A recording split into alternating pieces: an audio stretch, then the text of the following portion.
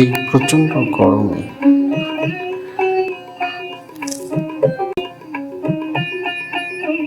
কম খরচে ঘরের ভেতর ঠান্ডা রাখার উপায় কি?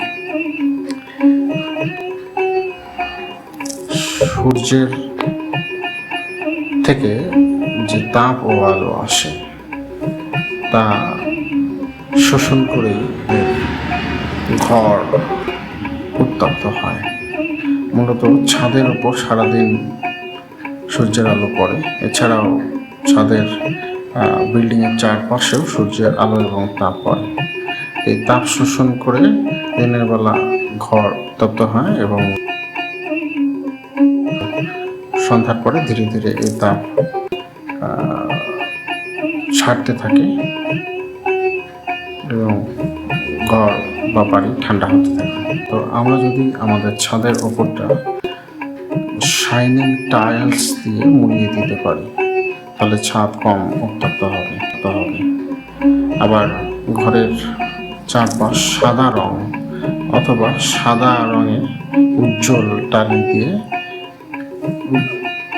মুড়ে দিতে পারলেও ঘর কম উত্তপ্ত হবে, কারণ সাদা রং এবং উজ্জ্বল মসৃণ সারফেস তাপকে আলোর সঙ্গে সঙ্গে তাপকেও বিকীর্ণ করে দেয়, কম শোষণ করে।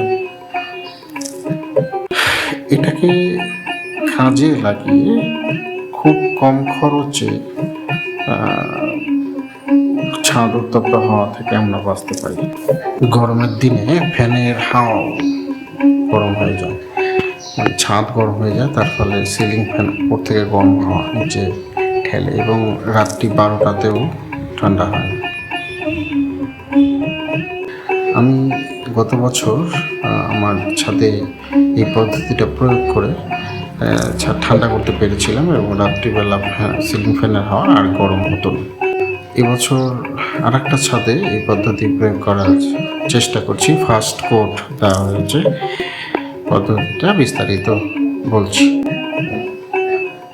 খুব কম খরচে যেটা করা যেতে পারে সেটা হচ্ছে যে আমাদের ঘরের দেওয়াল পট্টি করার জন্য যে মার্কেটে পাওয়া যায় পট্টি, সেটা এনে তার সঙ্গে হোয়াইট সিমেন্ট মিশিয়ে জলে গুলিয়ে যদি আমরা লাগিয়ে দিতে পারি তাহলে মোটামুটি উপরে শুকিয়ে গেলে সাদা রং হবে এবং রিফ্লেক্ট করবে সানরে অ্যান্ড হিট। তো এক্ষেত্রে খরচও কম হয়। আমি আমার এক্ষেত্রে 5 কেজির হোয়াইট সিমেন্ট কিনেছি 200 টাকা দিয়ে, আর লুজ পট্টি কিনেছি 300 টাকা দিয়ে। দুটা মিশিয়ে একটা বালতিতে ভালো করে গুলিয়ে নিয়ে ঝাঁটা দিয়ে লেপে দিয়েছি।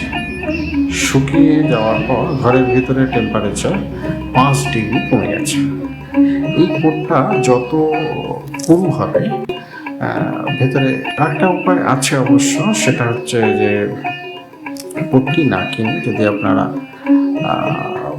চুন, ফেভিকল, আঠা, জিঙ্ক অক্সাইড, হোয়াইট সিমেন্ট কিনে একসঙ্গে মিশিয়ে লেয়ার লাগাতে পারেন তাহলে পরেও সাদা হবে এবং সেক্ষেত্রেও ওই আঠা থাকার জন্য রঙটা জল পড়লেও মোটামুটি 1 বছর খানিক টিকবে, 1-1.5 বছর। তবে যাই লাগান ছাদের ওপরে যে কোনো লেয়ারই খুব বেশি দিন স্থায়ী হবে না, কিন্তু খরচটা কম হওয়াতে এটা গায়ে লাগবে না, প্রতিবারই ইচ্ছে মতো করা যায়। নিজেরা ট্রাই করে দেখতে পারেন।